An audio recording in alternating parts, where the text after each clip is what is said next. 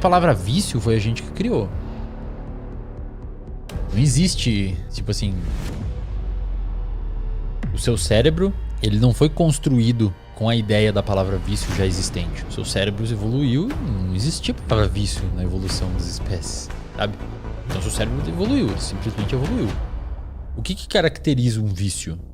Tipo assim, psicologicamente falando, a definição de vício. Um comportamento, podemos caracterizar o vício como um comportamento que se você não fizer tem abstinência, ou que você precisa aumentar as doses daquilo para ter o mesmo efeito.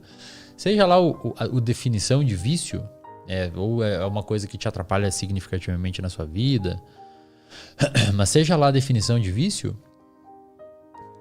do ponto de vista cerebral estritamente, neurobiológico, teoricamente você pode se viciar em qualquer coisa.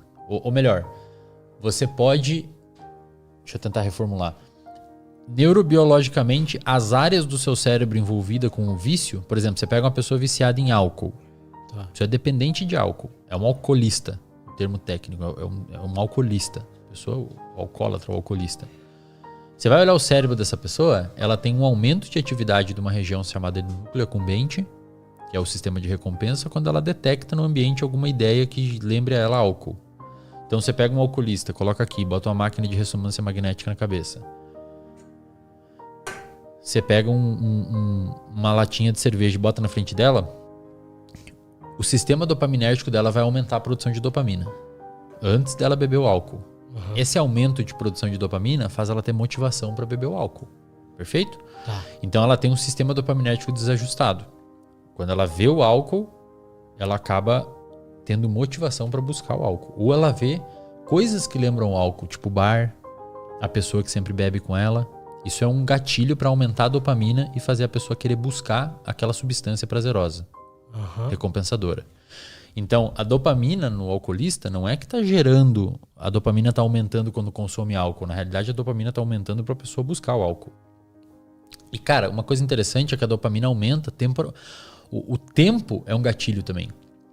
Às vezes, chega final de semana, a sua dopamina aumenta com vontade de álcool. Porque você identifica que é final de semana. O contexto do final de semana pode ser um gatilho também. E você acordou sábado e tal, você começa a vir aquela vontade de tomar uma. O sábado pode ser o gatilho. É muito louco. O dia pode ser o gatilho. A pessoa pode ser o gatilho. Uma casa, um ambiente pode ser o gatilho. Isso acontece com pessoas com problema com pornô também. Pessoas com problema com pornô, até tem um paper que saiu no braço da revista Nature mostrando se pornô pode ou não ser viciante, no sentido de dependência mesmo comportamental. Porque eles viram que quando você mostra para pessoas que assistem pornô imagens de silhueta de mulher, silhueta de homens e tal, ocorre a mesma coisa. A dopamina da pessoa aumenta. Entendeu? Fazendo a pessoa buscar aquele comportamento de consumir. Então, teoricamente, esse comportamento de você ativar o seu sistema motivacional frente a um gatilho externo, teoricamente pode acontecer com qualquer coisa. Inclusive com estudo. Ver um livro pode te fazer. Cara, ver um livro, ver alguém falando sobre um conteúdo, ver o título de um artigo, ver uma revista. Cara, aquilo pode aumentar tanto sua dopamina que você fica meio que... Você precisa daquilo, você quer aquela substância, que seria o estudo. Isso pode acontecer com corrida. Tanto é que quando você pede para pessoas se imaginarem, atletas profissionais se imaginarem correndo e tal, geralmente a dopamina deles aumenta pra caramba. Quando eles se imaginam no parque, no lugar, na academia. Caraca. E é louco, cara, porque existem indicativos que de fato isso pode ser comparado com vício. Porque se você pega um atleta profissional que treina com um volume muito intenso e muito grande, e essa pessoa lesiona, muitas vezes ela fica com o humor extremamente afetado. Vai ficar mal, às vezes até com comportamento depressivo. Então, essa parte, teoricamente você consegue viciar em qualquer coisa. Teoricamente você consegue fazer com que o seu comportamento fique dependente de alguma coisa. E na minha opinião, Lutz, a gente normalmente fala vício para coisas ruins, né? Agora, a pessoa workaholic, ela de certa forma trabalha 16 horas, 14 horas por dia com o negócio. Porra, um ultramaratonista que corre maratona de 100 km, Literalmente caga na calça. Os caras cagam na calça, às vezes, pra não parar, pra não perder tempo. Lesiona e continua correndo com o dedo tudo fudido, cheio de bolha. Não é parecido comportamento atritoso. O cara tá se machucando, velho. O cara tá se machucando, tá ligado? Ele tá perdendo saúde fazendo aquilo. E ele continua fazendo. Como se fosse um drogado, assim, atrás de uma super recompensa. Tipo, preciso. E, nesse sentido, o Alcoólicos Anônimos, olha como eu volto nos assuntos. A galera fala sempre nos comentários que o Wesley faz uma volta, mas consegue voltar. Isso a gente chama de função executiva. Depois eu falo sobre isso. Isso é muito bom, mano. Função executiva. Tipo, sabe o que eu faço? Quando eu começo um assunto, eu imagino. Eu e as minhas paradas, né? Eu imagino que eu tiro o Alcoólicos. O que eu fiz agora? Eu tirei o Alcoólicos Anônimos e deixei aqui, ó. Aqui, no ar. Você imagina? Eu deixei AA. Sim, eu tô vendo AA aqui no ar. Eu vejo AA aqui no ar. E eu tô falando com você e tá esse AA aqui no ar. Aí eu olhei pra ele, eu lembrei dele e eu volto naquele assunto. Isso a gente chama de função executiva. Você consegue organizar suas ideias. É meio esquizofrênico, mas... Entendeu?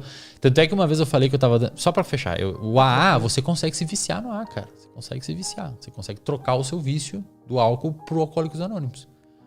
Aí você precisa ir naquilo. Eu preciso estar sempre lá, falando com as pessoas.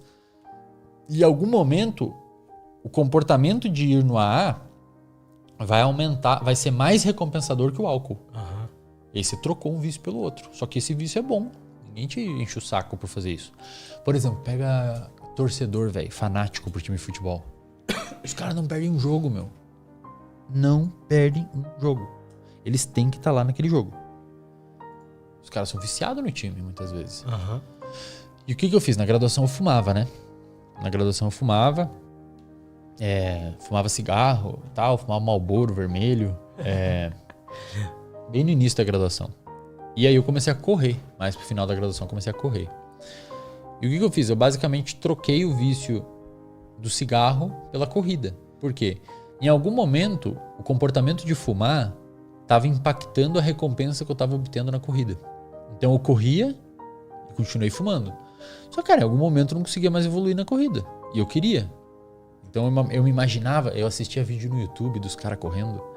E os caras corriam 5, corriam 10K e eu corria 2. Como chama aquele cara lá que você acompanha, um gringo que corre? Nick Bear. Eu vi uns vídeos dele, depois você falou. Muito legal. Nick Bear é muito foda. O cara é muito fodido. Teve um monte de problema com alimento, ele teve um monte de problema mental, velho. O exercício salvou ele. É muito massa. Que foda. E aí, tipo assim, eu vi os caras correndo, os caras correm 5, 10 km.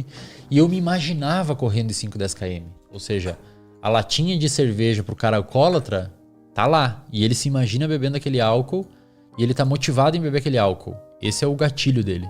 O meu gatilho era os 10 km. Eu falava, porra, eu tô com muita vontade disso. Eu quero isso pra mim. É igual o cara com álcool. Eu quero isso pra mim. Eu quero beber aquele álcool. Ele tá com dopamina alta pra buscar aquela recompensa. E eu era a mesma coisa, só com corrida. Eu falava, cara, eu quero correr 10 km. Eu quero aquilo pra mim. Eu quero conseguir terminar os 10 km. Eu me imaginava terminando os 10 km. Cara, hoje em dia, às vezes eu corro e me imagino terminando o Ironman que eu quero fazer. Eu me arrepio correndo, cara. Me dá um arrepio, me dá um negócio assim, sabe? É muito foda. Cara, muito louco. Muito assim. louco. É muito louco. Muito foda. E aí eu me imaginava correndo e tal. E uma hora eu comecei a ver o cigarro como nocivo.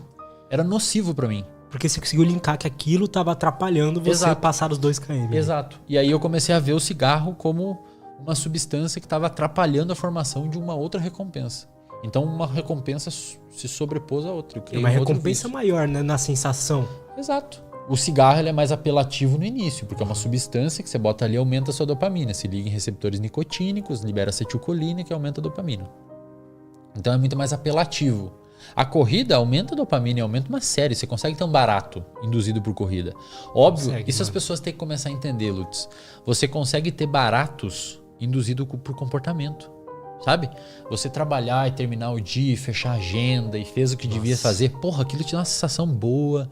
Você sair com a pessoa que você gosta, aquilo te dá uma sensação boa. Você fazer uma benfeitoria, aquilo te dá uma sensação boa. Você correr, te dá uma sensação boa. Você treinar, terminar aquele treino suado, exausto, vai pra casa, toma um whey, aquilo te dá uma sensação boa. Então, você consegue induzir baratos, tipo assim, uma vibe por meio de comportamentos. Inclusive, um dos comportamentos que mais induz barato é o jogo, o comportamento de jogar. Pensa, o jogo é muito fácil viciar em jogo de azar, sabe? E ninguém tá tipo botando droga na cabeça, entende? O cigarro é uma substância química que você botou. Ele é muito apelativo, você aumentou artificialmente neurotransmissores. A corrida, você dá uma corridinha, aumenta um pouco. Nunca é perto de um cigarro, de uma cocaína, de um álcool. Então, por isso que pessoas que têm esses vícios apelativos dificilmente sentem prazer com esses comportamentos. Porque digamos que o cigarro aumenta 100 dopamina. A corrida aumenta 10. Se você usa cocaína, aumentou 1000 dopamina. A corrida aumenta 10. Olha a diferença, velho. Seu cérebro quer esse, não esse aqui. Mas é porque ele tá desregulado, né? Você tem que começar a educar que esse daqui, esse 10 aqui, é um valor subjetivo. Você pode propositalmente aumentar isso aqui para 20 mil. Entende? Para mim, hoje, a corrida, ela tem um valor maior que muita coisa, cara. Tipo assim, te entendo. Eu não quero sair, se eu tiver que fazer 20k no outro dia, 10k no outro dia, eu não saio na noite anterior. Ah, mas não sei o que, vai ter cerveja, sei lá o que e tal. Cara, eu até saio, mas eu vou voltar cedo. Eu quero correr. Essa recompensa pra mim é a que o meu cérebro quer. Então são prioridades que você vai formulando com o tempo e elas vão engolindo os outros vícios. Tudo que atrapalhar aquilo vai começando a dificultar. E aí você pode chegar num período perigoso, cara. Que é o quê? Você não sai mais com seus amigos. Entende? Tudo é uma faca de dois gumes. Não existe fórmula. A galera me pede umas fórmulas. A galera me pergunta, Resden, como é que eu faço isso? Como é que eu faço aquilo?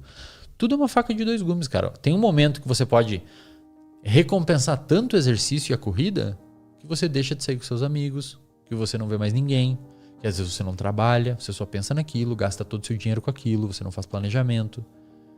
Então, a linha entre o saudável e o viciante, seja para comportamentos de substância, seja para comportamentos de trabalho, corrida, etc., ela é muito tênue. Tem que ficar muito de olho.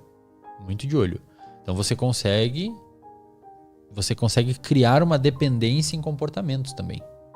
Total. Alguns comportamentos a sociedade valida e paga para você por aquilo, como por exemplo trabalhar. Alguns não, como por exemplo usar droga. Mas teoricamente, um usuário de droga e um workaholic é o mesmo sistema que está operando dentro da cabeça dele. Não são sistemas diferentes, é o mesmo, a dopamina. Tem um cara chamado David Goggins, é um cara fudido. O cara saiu de sedentário para passar nos SEALs dos Estados Unidos, nos Rangers. Acho que ele é o único americano que passou nas duas tipo tropa de elite de lá, sabe? Ultramaratonista, fez 100 barra, 1000 barra uma vez, sei lá quantos mil abdominal, o cara parece um super-homem. Ele era num lado sedentário e obeso e no outro ele era um ultramaratonista. Os dois sistemas desse cara, e nos dois David Goggins, é a dopamina que tá atuando. Era a mesma coisinha ali. Mesma coisa, só que tá direcionada pro lado diferente. A questão é como, né, direcionar. Como? Pois é, aí que tá, cara. Você só vai conseguir direcionar a sua motivação pra corrida e não pro álcool, por exemplo, ou pro cigarro, se você souber os benefícios desse comportamento. O nosso cérebro não faz coisas que a gente não obtém benefício.